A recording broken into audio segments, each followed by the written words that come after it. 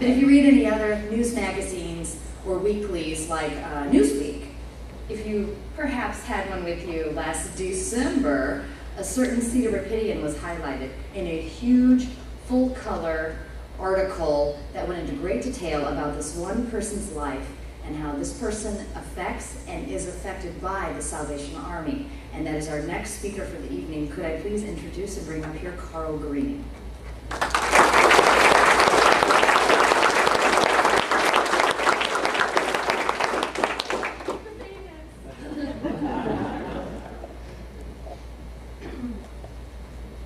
Well, thank you.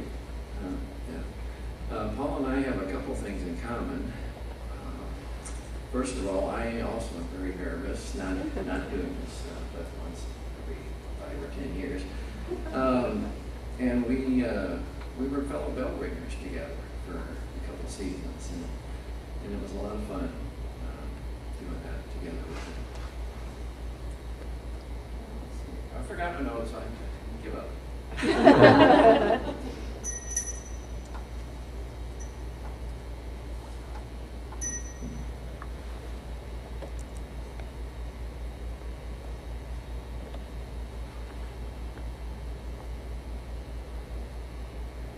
They took my photograph for Newsweek, and this was the type of apron that I was wearing when they took my picture at Hy-Vee on Wilson Avenue.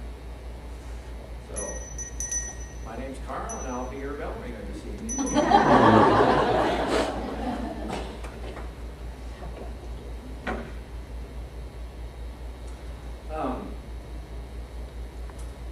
The title that the editor picked for the essay was A Life Full of Riches. But it just as well could have been A Season Full of Riches, because the bell ringing season is the time of year when I feel most happy, most blessed, and most grateful. I've had a lot of neat and unique experiences bell ringing. And by the way, I'm not a volunteer. I am one of the paid employees, but it's still very rewarding. But anyway, this essay was about one of the most, the experience that stands out the most to me in my 5 years of bell ringing.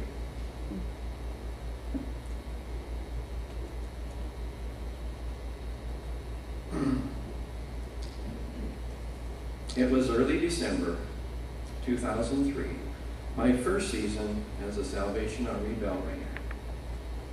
I was standing just outside the doorway of Walmart on Blair's Ferry Road, offering a thank you and a smile to each person who dropped a donation into my red kettle. A neatly dressed woman and her young son walked up to the kettle stand.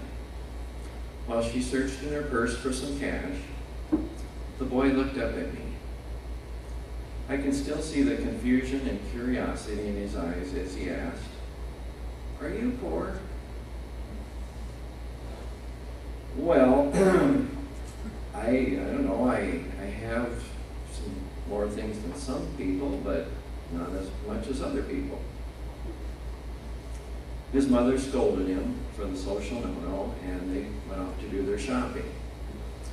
His question, however, did not leave me. I've never thought of myself as poor, but there are certain facts that I can't deny. Every time I fill out my 1040 form, I fall into one of the lowest income brackets. In the past 35 years, I've taken just one vacation trip. My TV is a black and white set that someone gave me 8 years ago. Yet I feel nothing more than a passing whim to have some of the material things that many other people have.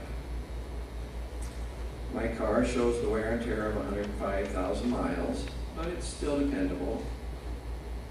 My apartment is modest, but it's quiet and relaxing. My clothes are well suited to my work, which is mostly outdoors.